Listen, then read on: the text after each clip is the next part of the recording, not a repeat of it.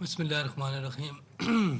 آپ دیکھیں جیسے دونوں جو بالر سے میرے خیال ان کو 130 رنز میرے خیال پڑ گئے، تو اوبیسلی یہ ہو سکتا ہے کہ یہ کاسٹلی ہوا ہے، لیکن ٹیم جو بھی بنی ہے اس پہ میرا خیال ہے بات کرنا اتنا مناسب نہیں ہے۔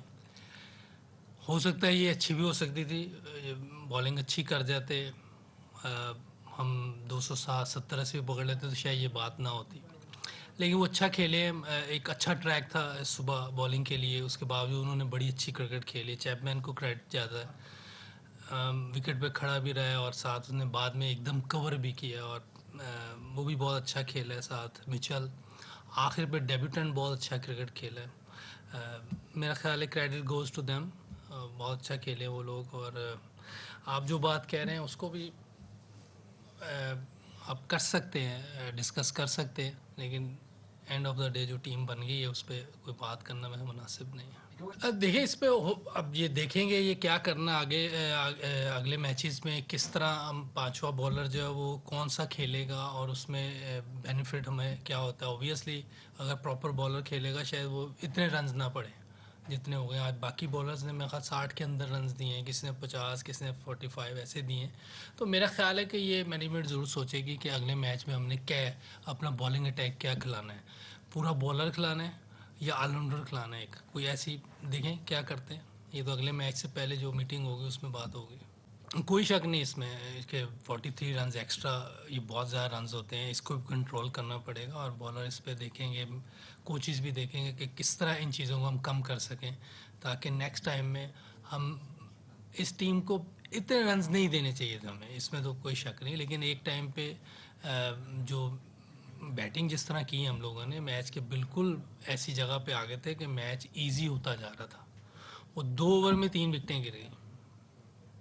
دیکھیں وہ رضوان بھی آؤٹ ہوا، لیکن اس کے بعد بڑی زبردست پارٹنرشپ لگ گئی تھی۔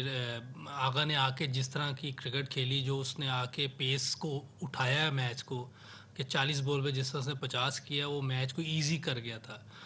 رضوان بابر جیسے کھیل رہا تھا، بابر بہت زبردست سیٹ ہو گیا تھا، اب وہ ایسا لگ رہا تھا کہ ہم یہ میچ آرام سے لے جائیں گے، لیکن 2 اوور میں ایک دم وکٹیں گری۔ اس کے ساتھ آپ کو کریڈٹ دینا پڑے گا دونوں اوپنرز کو، بڑا زبردست سٹارٹ ہوا ہمارا، اور 83 رنز کی ان کی پارٹنرشپ تھی 13 اوورز میں، اچھے اسٹرائک ریٹ سے کھیل رہے تھے وہ لوگ۔ اوورال دیکھا جائے تو سٹارٹ بہت اچھا ہوا تھا ہمارا، اور بیچ میں آ کے بھی بہت زبردست کرکٹ کھیلی آغا نے اور بابر نے۔